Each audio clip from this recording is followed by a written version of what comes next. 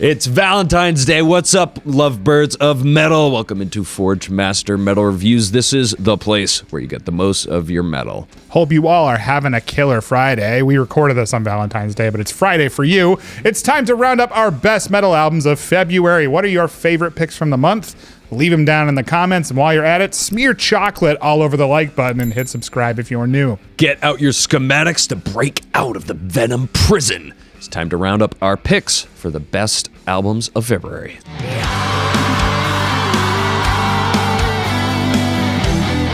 Speaking of Venom Prison, my first pick is Venom Prison Erebos, released on 4th of February. My God, look at that gorgeous album artwork.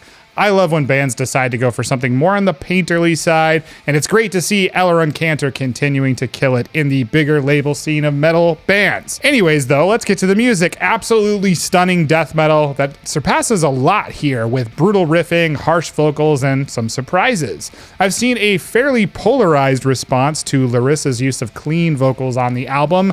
No, there are not a ton on here, but honestly, I loved them. I thought that they broke up the album a lot in a way that enhanced it in a ton of ways. One of death metal's biggest problems, in my opinion, is when I get halfway through the record, I'm like, okay, I'm kind of at the point of where I've heard enough, but that is not the case here. Erebos is explosive, powerful as all hell, and easily one of the most exciting death metal albums that I have heard this year. It's going to be tough to top. 4.7 out of 5, Hushed Corpses.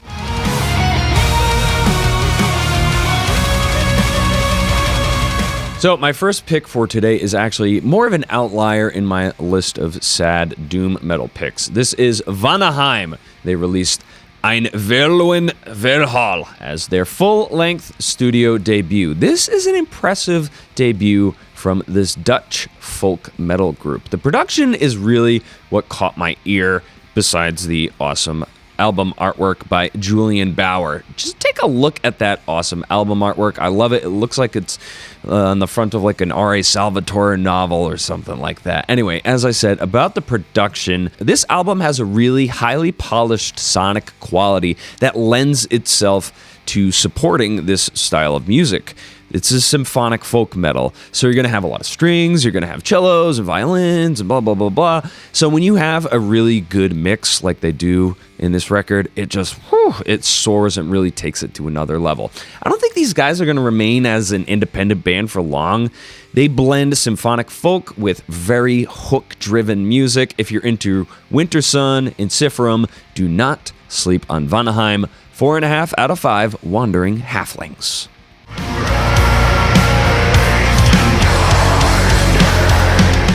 Abhoria, self-titled, released 4th of February. These days, I highly appreciate the art form of delivering a no-nonsense tight metal album that feels great to listen to. So many records feel bloated, and Abhoria, though, a black metal band that I was just introduced to, pull out all of the punches in the 40-ish minute runtime here.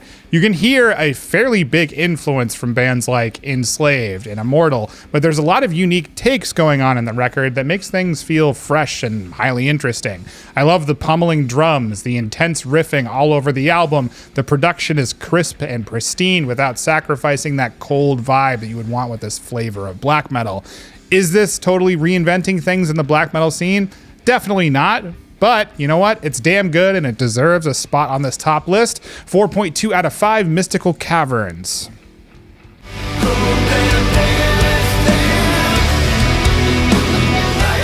This is a complete surprise. Hangman's Chair, a band that I had never heard of until the other day where I was just browsing some YouTube videos. This French doom band has roped in all of my favorite elements from gothic doom, space rock, and sludge. Much of the album actually features clean guitars and vocals with riffs akin to Joy Division or Depeche Mode. This allows the sparingly heavy sections to really crush you.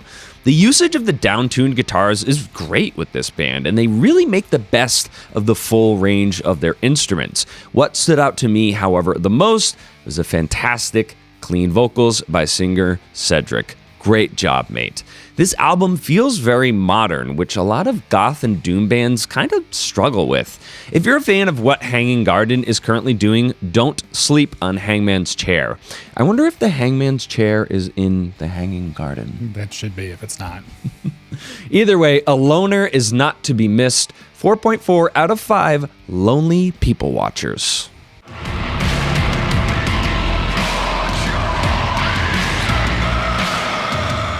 My next pick is Napalm Death, Resentment is Always Seismic, a final throw of Throes. Released 11 February, 2020's Throes of Joy in the Jaws of Defeatism was one of my favorite albums of that year, so when Napalm Death had a follow-up, I am freaking excited, man. This EP is freaking devastating in heaviness and that grindcore factor. There is so much aggression on this EP that I could not help but wish that there was more on it.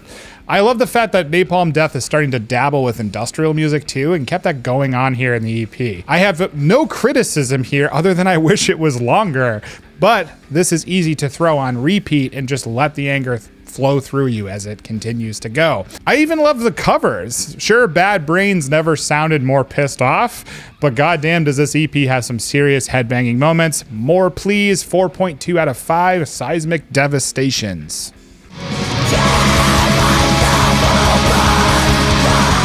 The fourth record from Swedish Sad Guys Soliloquium is dropping February 25th on Naturmacht Productions. First, I gotta shout out the hard work that Stefan Nordstrom of Soliloquium does for the metal community. He's one of the dudes that are out here working hard and uplifting the scene. Both of these guys in Soliloquium, Stefan and his compadre, they are working very hard as musicians and producers. Keep up the hard work, lads. In regard to soul searching, I'm into it. It's not easy to deliver unique sounding melodic doom death in 2022. To stay relevant, you got to keep things interesting and your audience engaged while the album's running. Soul Searching balances all of the elements of extreme metal that you expect from a melodic doom record with the beauty of inward contemplation. Some of the cleaned vocals left me feeling a bit underwhelmed, so having the guest singers join in on different tracks was definitely a welcome addition. If you don't know who Soliloquium is and you consider yourself a melodic doom fan, I think you need to change that up and dive into the rabbit hole that is the modern Swedish doom metal scene. Bands like In Shine, Ex Genesis, and In Mourning, they're just all slaying right now, and Soliloquium is definitely doing its part. Soul Searching gets 3.5 out of 5 astral projections.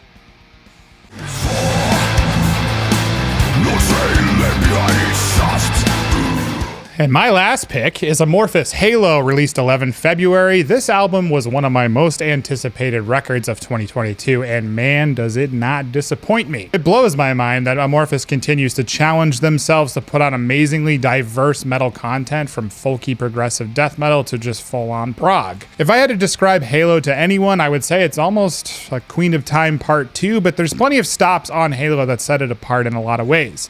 We did a couple of song breakdowns on the singles that have come out so far, so if you want some detailed analysis on the songwriting, composition, and production, make sure you check those out. I loved Halo, and it's most likely going to end up on one of my top lists at the end of the year. I've listened to it a ton of times already, and I'm still not sick of it.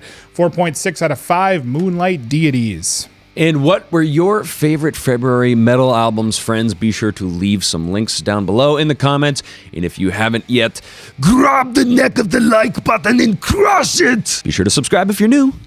Go with the gods, Forgemasters. Make sure if your prog is not folky, you add some folk in. See you guys next time.